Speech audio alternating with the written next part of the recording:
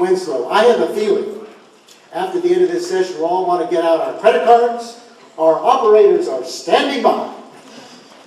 Our next presenter is going to talk about how you can create products that stores and companies want to buy. Amy Wenslow.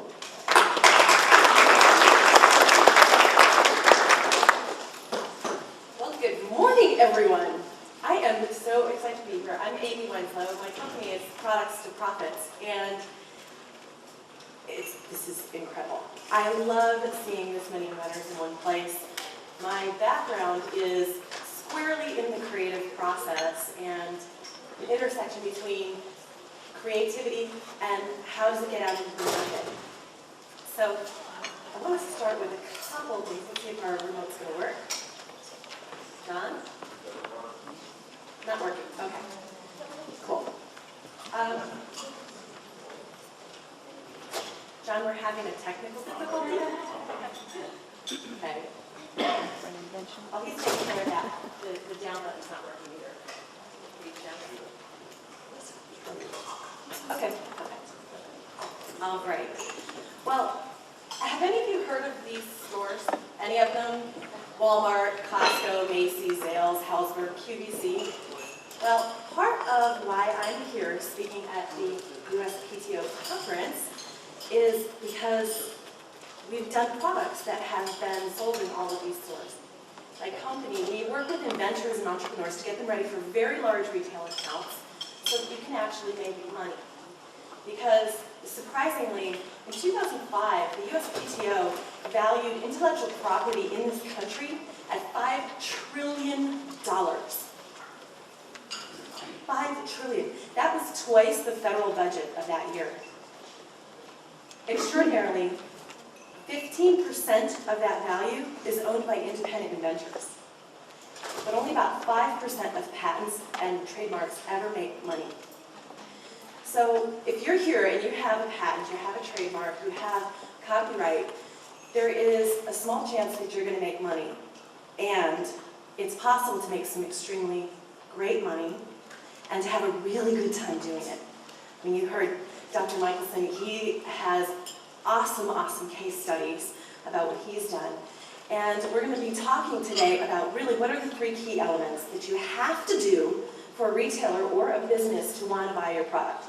I call it the question between licensing and creating a business for yourself, because that's the crux of it. It really is going to be what your skill set is. So we're going to go over the issues of testing, timing, and team in how you create a product that sells multiple millions of dollars. I get asked pretty frequently what my background is, so is it okay if I share a little bit about that with you? Okay. Well, I was on a development team. We did the product called Beverly Hills Gold for QVC. We sold $300 million in 3 years on QVC on $20 items. So I haven't done the math to know exactly how many units that is, but I know it's a lot. And that is pretty exciting. So how many of you in the room have ever seen your product for sale at a store or had someone purchase it at a trade show? Can you raise your hand? Okay. How many of you would love to see your product being sold that way? Okay.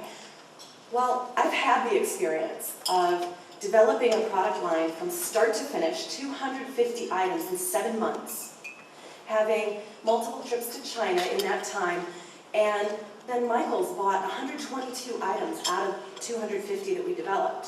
So they bought almost half of our original concept. That product did $2.5 million its first year at Michaels, and it was only a $2 retail.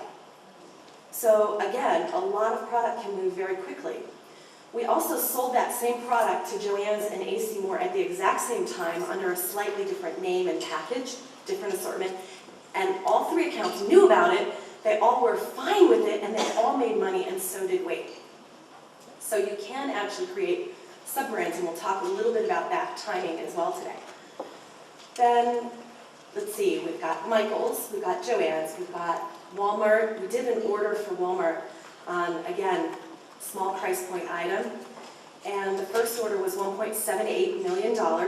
And how many have heard the rumor you can't make money with Walmart? Right? we made 52% profit margin on that. It also did well enough that it actually earned a place within an area of the store called Inline, which is down the center aisle, which means that that product was then sold for an entire year. It's extraordinary, and you can do this. So we're going to help you with this today. Now, first thing is testing. I'm going to show you a couple case studies as we go through today, because I'm a visual and kinesthetic learner. I don't know about you, but most of the inventors that we work with, you're visuals and kinesthetics. So you're going to see some actual things, and then I brought some product samples as well.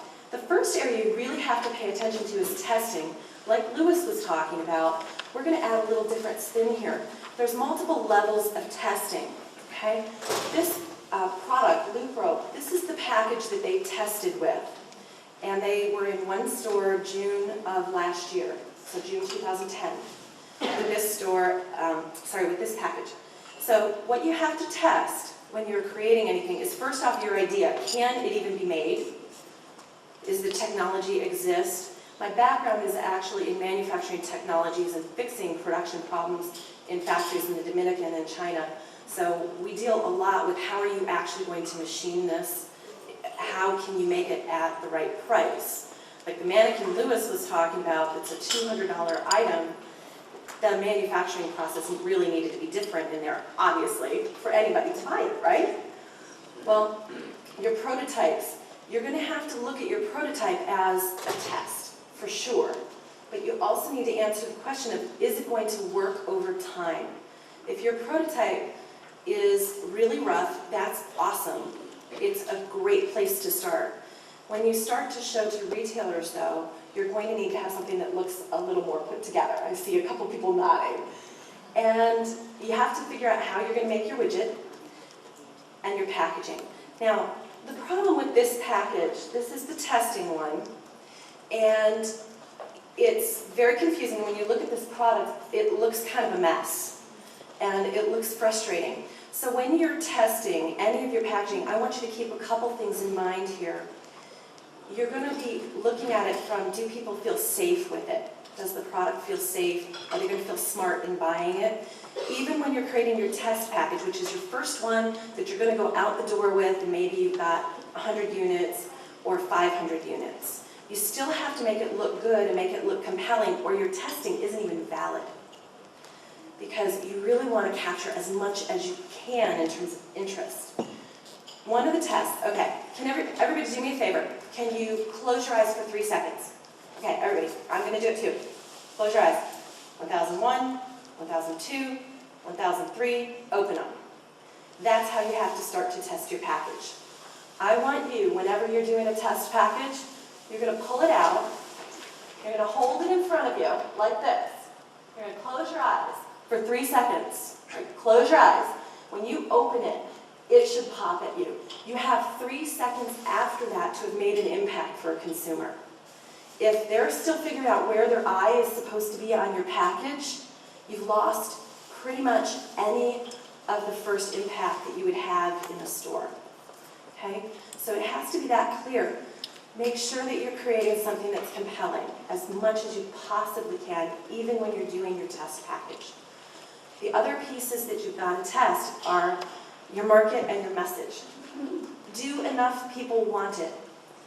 You've heard Lewis say it, you heard Dr. Michelson say it, that you actually really need to focus on the ones where enough people want your product so you can cover the cost of manufacturing it. So you can cover the cost of your research and development, your tooling, everything that you need to get it there. The value proposition, I'll talk a little bit more about this on one of our case studies. The value proposition is, does it look and act at a value that most consumers would want to buy? Value proposition that Lewis used of the $200 mannequin that really people wanted to pay about $40 for. Value proposition was extremely off base. So when you're looking at this, you're going to look at your value proposition from the perspective of size of the actual package, and as well as the visual impact of it. Okay? Really important that you're lining those things up. so that a consumer walking down a store aisle or the company licensing it from you looks at it and they go, oh, I get how this is going to work. I get it. Now, the question of what's the right way to make money from it gets to the point of, is it better for you to license it? Is it better for you to create a business that's going to be retail stores? Should you be taking it to QVC, or is it a brick and mortar retail store product? And then the other one, we hear a lot of people wanting to do infomercial products. Well, 2 out of the largest 3 infomercial companies in the country actually call my office looking for products. It's Telebrands and All-Star.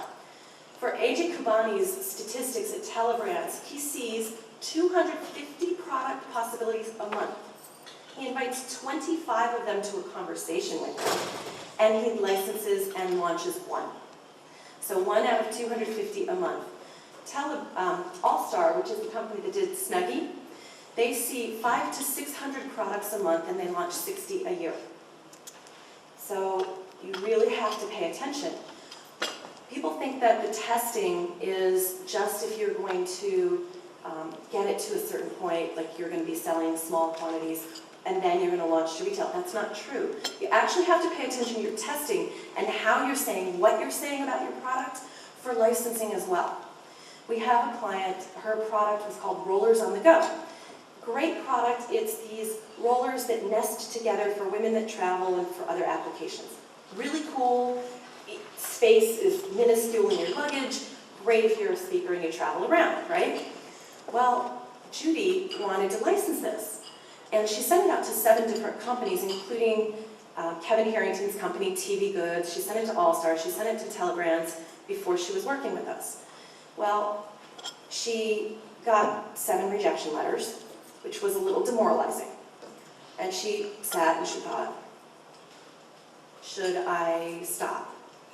Should I keep going? What do I do? Well, she already had some tooling started, and she already had samples going. So she decided, okay, great, I'm going to fix this, I'm going to solve it.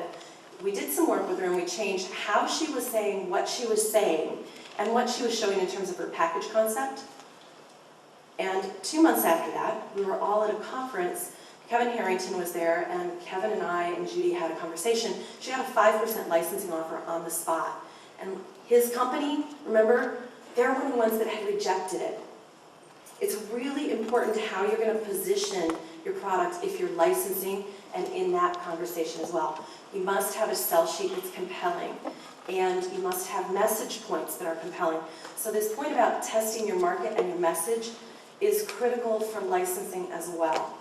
You have to do this work because the companies are so inundated with products that you really need to capture their attention. At that moment, you're selling it to them, and you've got to make sure that it's good value for them. We have a client right now, he's licensing potentially to Bosch and Skill, which are the same company, or Stanley and Black & Decker. The value of his idea is going to range somewhere between $4.7 million and $9.3 million. And he's in very limited sales right now. He's meeting with Michael's craft stores in about 2 weeks. And then who knows what's going to happen with the license there. So his goal is to actually build a product-based business. His testing has already been done. He's been at trade shows. He's got a basic package, and now he's upgrading from there. So what's the right way to make money from it? If you're going to license something, you'll see between typically as low as 3%, as much as 8% on the wholesale price as what comes to you. Usually it's about 5%. So that's part of the math that you're going to need to do. And it goes to the trade-off between, are you going to create the team, or are you going to basically take a smaller piece and actually have the team in place for you? It can work very well for some people. If you're the type who likes to be really hands-on and you want a thrill, I happen to love building businesses. I think it is the best game in town. If you want to see really what's possible, building a business can be a great way to go. There's a particular skill set that you're going to need, and there's a particular team that you're going to need. And we'll go over that in just a minute here. So timing is the second key element here. Timing meaning the market, the product planning. Does anybody know what a line extension is? Okay, a line extension is a related product that is similar, that's going to go one step further. We've got some great examples of line extensions. Your expected launch date, you're really going to need to be looking at the timing from, is your product seasonal? Is it a Christmas item? If you're in a Christmas item, you need to be showing it to retailers by about March at the latest. With Walmart, when we work with them on Christmas items, it can be as much as November the previous year because of their space planning needs. So there's some particular staging. You're probably going to find it easiest and best to launch in small boutique stores first. If you're going to try and do just an online launch, that's a tough row to hoe. You're going to need some things actually out in the physical world. And then you're going to track a lot of your sales statistics there, and I want you to use those to leverage for the larger sales conversations, okay? So your realistic timelines. Typically, if you are getting prototypes made, you'll hear something like, oh, we can get that ready for you in 2 weeks. I guarantee you should add 30 days to that. If it's out of China, add 45 days to it. You have to start thinking in terms of making commitments that you can keep. Pad your timelines and really make sure that you're going to deliver for people. With retailers, you can actually get fined if you don't meet your expected delivery dates. So you have to be aware of what is a realistic timeline. Your lead times for actually producing an order, you're probably going to see like a 60 or a 90-day timeline for your first volume order, and then you'll see about 30 days shorter timeline for your replenishment orders, okay? Your trade show calendar is critical. Critical. A lot of the shows happen in the springtime. The National Hardware Show is in May. It's in Vegas. So if you have a hardware product, you should be at that show.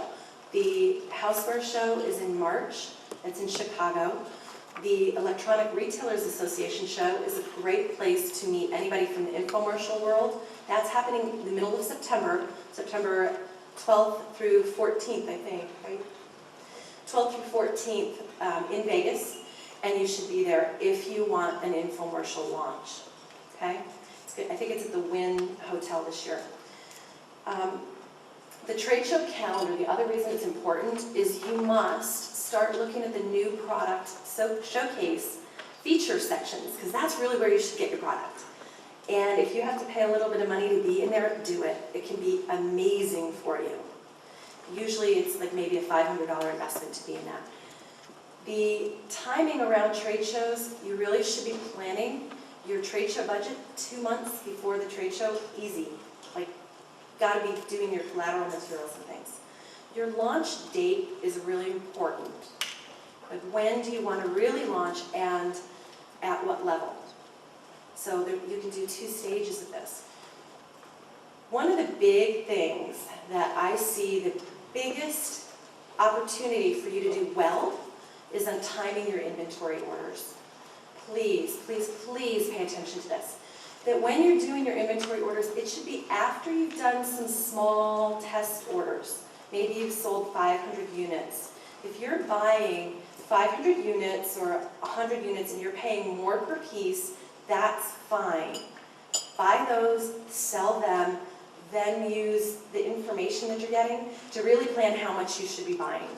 I have one lady, she called me a year ago, and she had $360,000 of inventory in her garage, and there's a problem with all of it that makes it virtually unsellable. And that was her kid's education fund, and it was a bunch of family savings. And literally, every time I tell this story, it hurts. It actually physically hurts me that this happened. Because with 2 days worth of work at the beginning, she never would have had that. She never would have had that much inventory, period, and she never would have had the problem that she has. I just spoke with her again last week. She still has $360,000 of inventory and can't sell it. So you have to pay attention to the timing on this. It's really critical. Everybody thinks it's great to have inventory, and it is, so long as your inventory is selling and it's moving. Part of why I do what I do with my business is because I have 17 nieces and nephews. And it may sound funny, but it's like, I know that every one of you has a family, and you're doing your best to take care of them. And there are some strategic pieces you really need to understand. So I come to these events and I speak at this because I see this mistake. I talked to 2 other people this week, the same kind of problem. Luckily, one of them was only in $30,000, but he ordered some things he should never have ordered. So really do your research and dive into it, and don't rush to set to these volume orders thinking you're saving yourself some money, okay? I want you to pay a little bit higher, take a smaller order quantity, test, track, make sure your message is right, and then do your inventory order. I shared this story about Walmart, right? That $1.78 million order. We had one of it before we got the order. One. With the Michaels order, that was the $2.5 million sales in the first year, we had 12 of each. 12. We just knew we could deliver. So what I want you to do is I want you to know that you can deliver on an order. I want you to go get the order in a way that makes sense, and then you can use all kinds of creative financing if you need to. There's purchase order financing, and investors will come in if you have purchase orders and you have interest. So go build the interest with the small quantities, and use that to springboard to the next one so you can do it really quickly and with some velocity. So the inventory orders, timing of that is essential, okay? Timing, timing, timing. And for anybody who wants to bring things in from overseas, it's 6 weeks on water. You'll hear all the time that it's 4 weeks, it's 6. By the time you clear customs, write that down, 6 weeks through customs. And that's because, yes, there is indeed a slow boat from China. Seriously, there's a fast boat and a slow boat. It's amazing. The fast boat takes about a week or 2 less. You're probably going to want to take the slow boat because the slow boat's cheaper. Okay? So if you've done your planning and your timing right, you'll have the ability to do that and save yourself the extra money in the transits.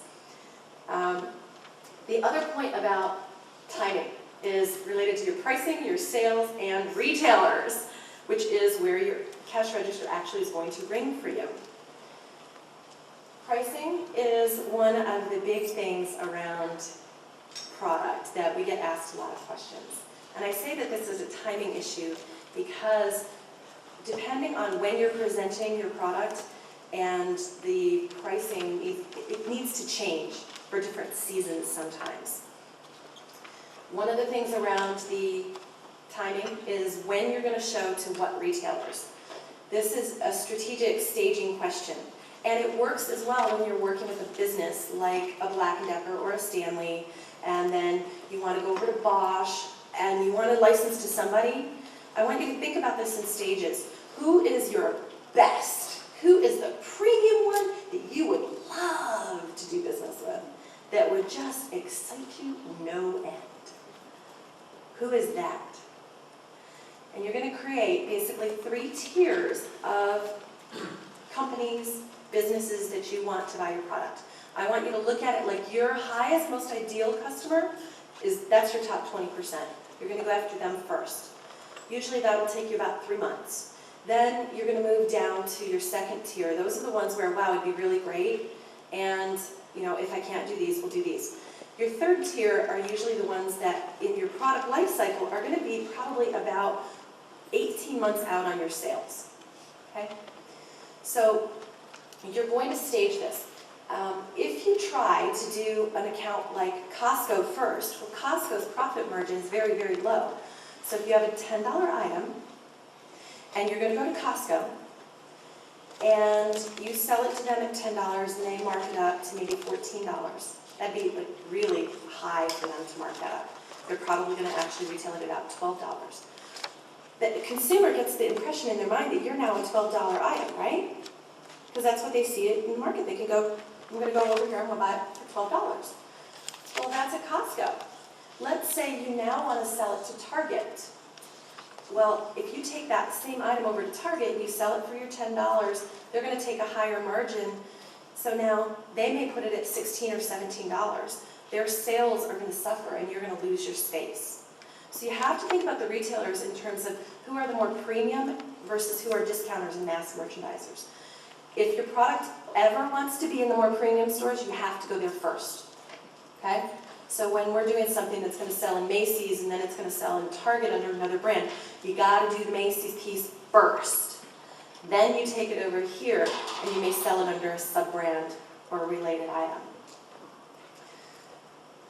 So we have this case study, and this is a fun one because I actually have the physical samples as well. This is a product called Loop Rope, and you saw its before package earlier. It's this one. This is a bungee cord item. It replaces traditional bungee cords. It's a lot safer. It has no J-hooks. It has these super amazing carabiners that are military grade, stainless steel, etc. They never pop off and fly at you like the J-hooks on a bungee cord. Those J-hooks put people in the emergency room with popped out eyes a lot. It's amazing. In one weekend, we actually met 2 people that knew someone who had had that happen. So Loop Rope is a client, and this is how the product looked June of last year, July of last year. Okay? And now you can see up on the screen, this is its new package. We worked with them. We actually doubled their profit margin. We did the communication with overseas for them, saved them on a $150,000 order. It was going to come in wrong. Their factory had substituted some materials, and we caught it in their production samples. So they actually never had to take possession of that product. They never had to pay for that. It got fixed completely. So note to yourself, if you're working with any factory, domestic or overseas, you must get production samples and inspect them. The client actually had those production samples for 3 or 4 days in their possession, and they thought everything was great. They handed them to us, and in about 30 seconds, I looked at him and I said, "This isn't your material." And he looked at me and said, "What?" "It's not your material, I can guarantee it. When we cut this open, it's not the same." And we did. We cut it, we checked, the material had been changed, the widths, the dimensions, everything. It was going to result in product failure. This was actually the sample order and the production order going to the National Hardware Show. And it would have been the product that got sampled to Walmart, Home Depot, and QVC. So really important to get your production samples. On this one, this is an amazing story. These are 2 inventors out of Oregon, 2 good friends. One guy invented it, and then he went and he started creating a team, and he got his friend from high school to come in and invest and be his business partner. Really savvy guys. They were in one store June 15th. We started working in August. In September, they were in about 8 or 9 stores of last year. We were still fixing profit margin. We hadn't done the new package concept. We did the new package concept, got that ready for China in December of last year. And they launched in May. They were picked up by Cabela's and Amazon. Then right before the hardware show, I sent 3 emails. And we had the senior VP of merchandising for Walmart come to their booth. We had the merchandising staff from Home Depot came by the booth. And then we also had Australian distribution and Canadian distribution come to the table. By October 15th of this year, they will be in over 1,300 stores. That's in about 13 months from 1 store to 1,300, because they already have received the purchase orders. The Australian distribution is looking at taking 5,000 units, and Home Depot wants a 5,000 piece test order for by their cash register. So this is the testing phase. And this was, okay, now we've got our testing done and we're confident. Let's move. What I really want to bring out here that the slide doesn't show is this. These packages are almost the exact same square footage.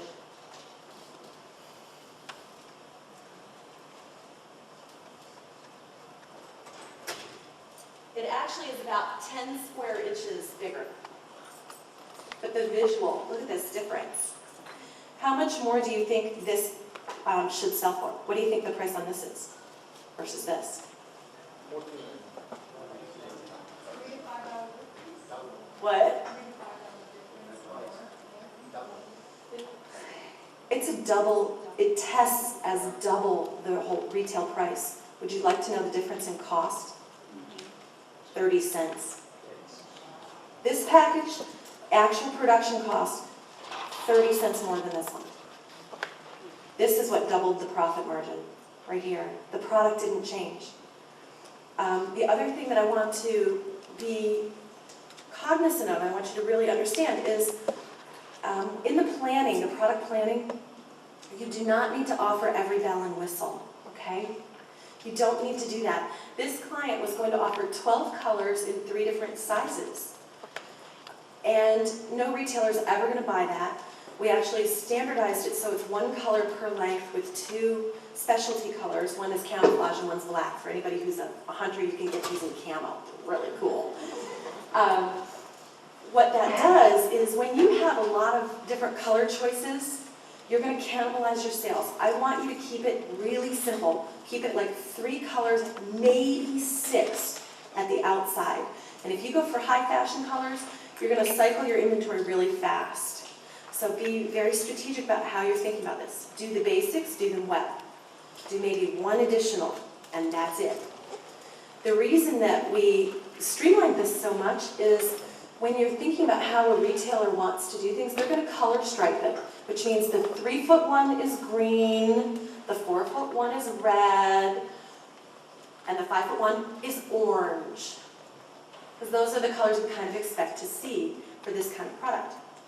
They're going to color stripe it, and they're going to do it by size. So when you're planning your space, you have to look at that. One time for Walmart, we were working on what's called a reset. A reset is an annual meeting. It is the one time of year that they will look at new products for that category. And there's 16 feet of product, and we actually went to Walmart and we bought 3 of everything in that 16 feet. Set up a warehouse with the peg hooks, the gondola, running the whole length. We reset the whole section to remove all the duplication, and Walmart took 25% of our recommendations. That amount of change in the business is enormous, because that stays in place for a year. When you're doing your product, really pay attention to when our review meetings, planogram meetings. You need to ask any sales rep or distributor that you're working with on your category those kinds of questions. And if you're licensing your product to a company, you also want to find out when do they launch their new products. So those are some key points. And then this is the floor display. It holds 66 units of product. It's done so that it can be taken apart and used in 3 sections, multiple places. So we actually designed the floor display before the product was even at the hardware show. This display was at the hardware show to help stores understand what it would look like.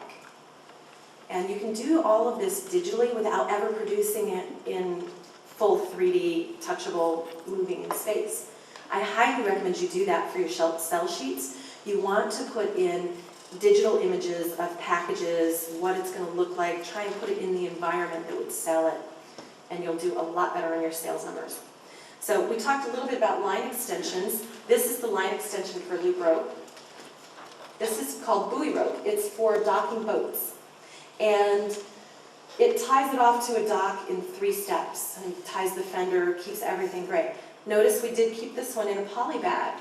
Well, that's because in the marine market, this is what works. We don't need to do the other package, and we actually still have the margin that we wanted to hit. So your package isn't always one thing or another. It's really dependent on what the market is going to expect to see there.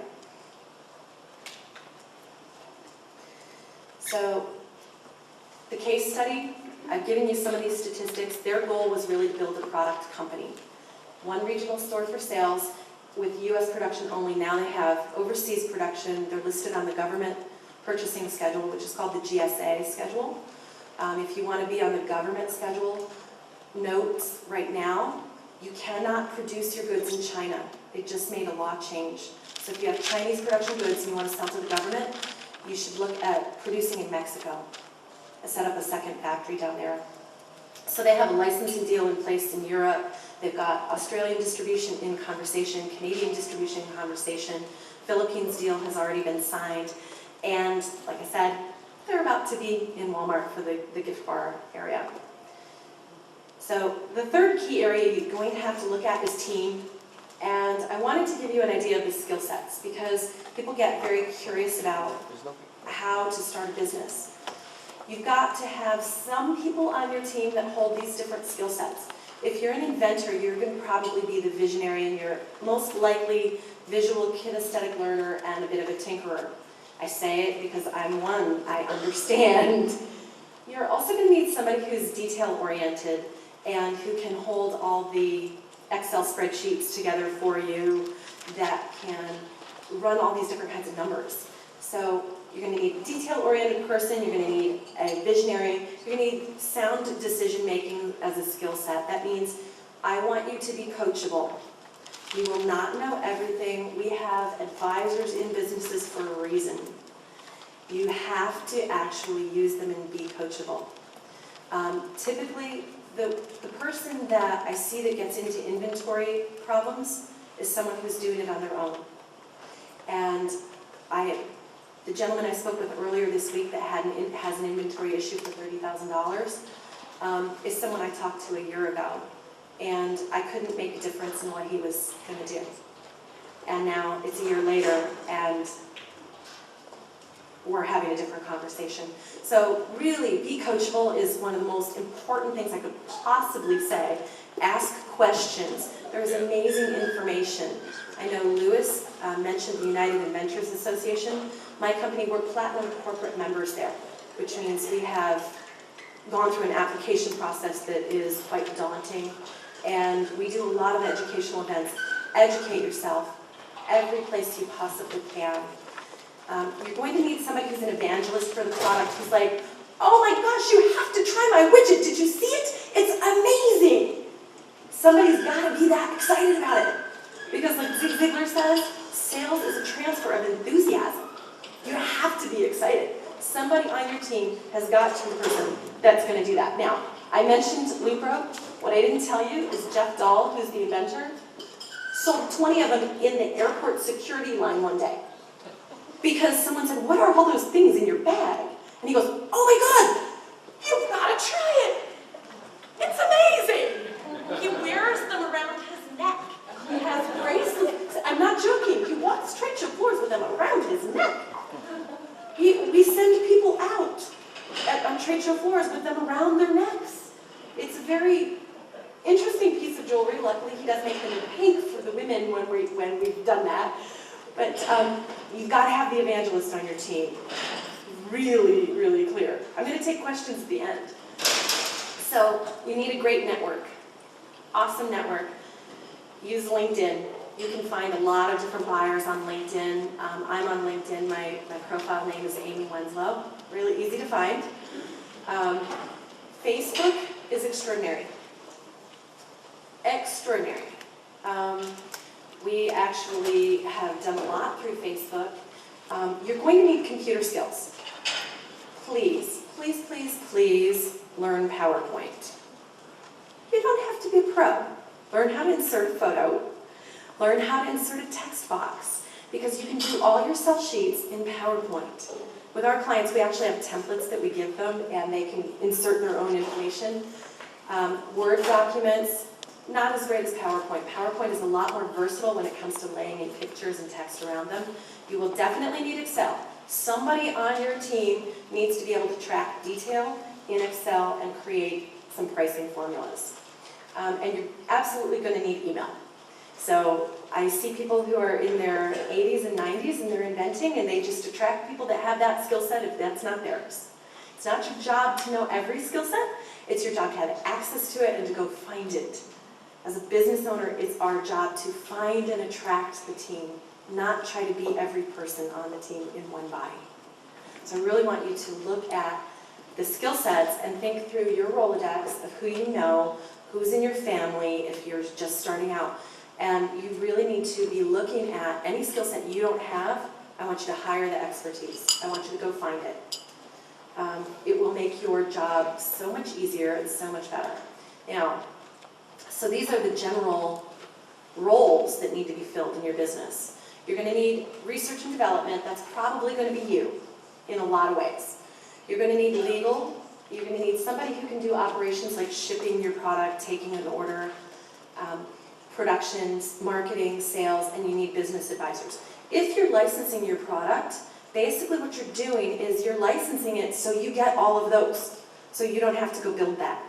You probably still need legal counsel because you should not be doing your own licensing contract if it's your first one, or maybe your first 3. After that, the clauses can be pretty standard. You're definitely going to need some business advisors and somebody to help with the marketing of it.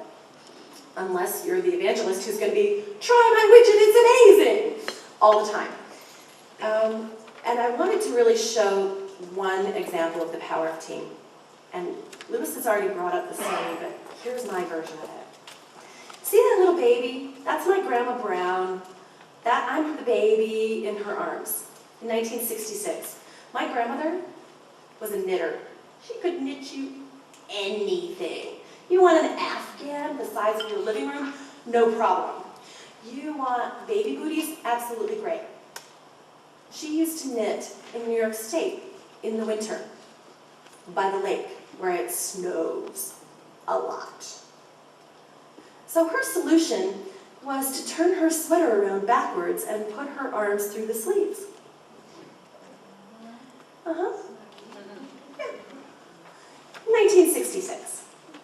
So my grandmother did nothing with this idea because it was just her solving her own problem, called she's cold and she needs to knit like a fiend. And so she didn't sell any of it. She didn't do anything with it. She didn't protect it. She didn't even talk about it. I just remember her doing it from the time I was like a tiny baby. And then there's the Freedom Blanket. They sell it for about $30 retail. It's a husband and wife out of Florida. They do this out of their garage. And by their own admission, they've sold, quote, hundreds in 5 years. And they're upset because they feel like their idea has been stolen. Okay, but they didn't have any protection on it either.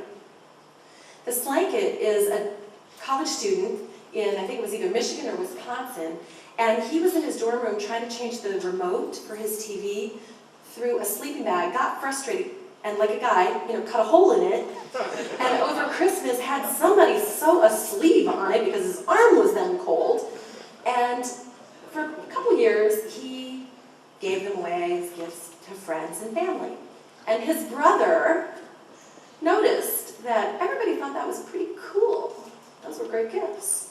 Hey, bro, how about I put in $20,000, you and I start a business, and we'll sell these things. Okay, they've sold about 2 million units.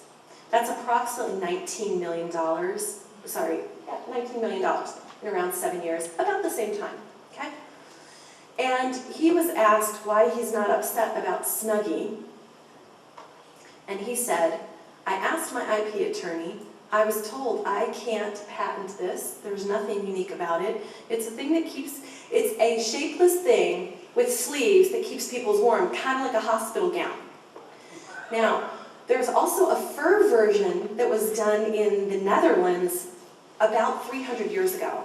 And the American Indians have something called a capote, which is a coat made out of a blanket, right? So there's really not much grounds for patentability, originality, right?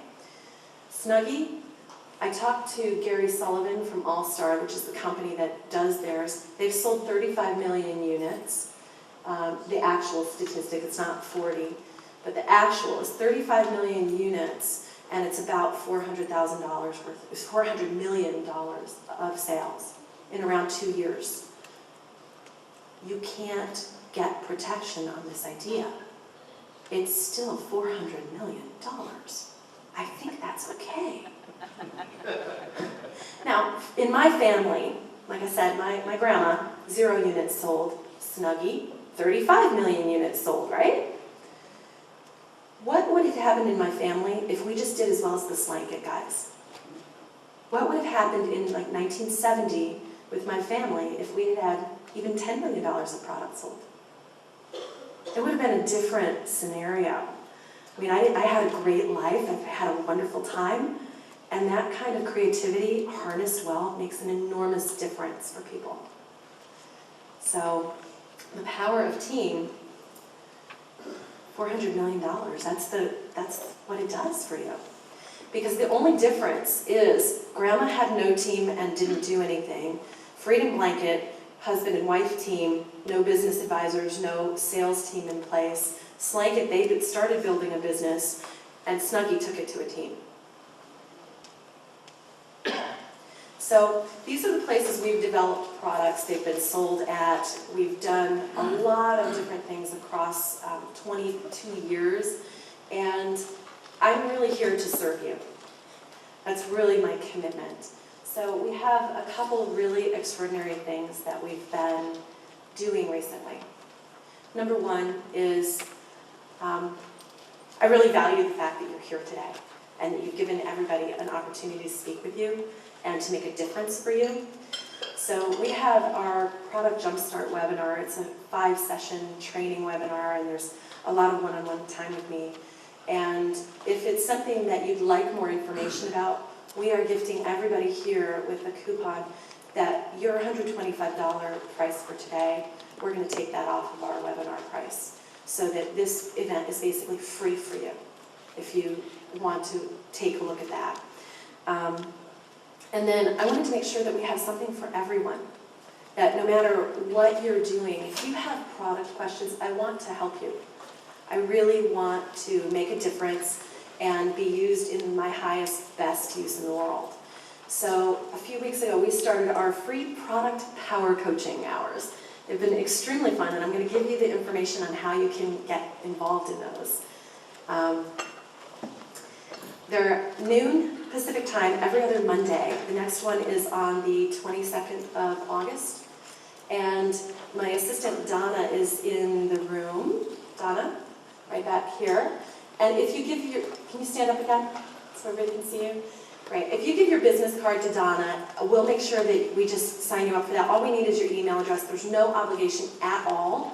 I will answer any question you have, whether it's manufacturing, machining, prototyping, sequence of how to do what you need to do, what should be on a sales sheet, how to get to the right buyer. That's your opportunity to come ask those questions. And if there's anything you would like to talk to me about or have an appointment, I'm going to be here for the next day and a half. I'm happy to have those conversations. If you're interested in the webinars or any of the other things that we have information about our services up here on the front table, and there is a coupon that will get you that $125 gift as well. And John, Yep. do we have 2 minutes for questions? Okay.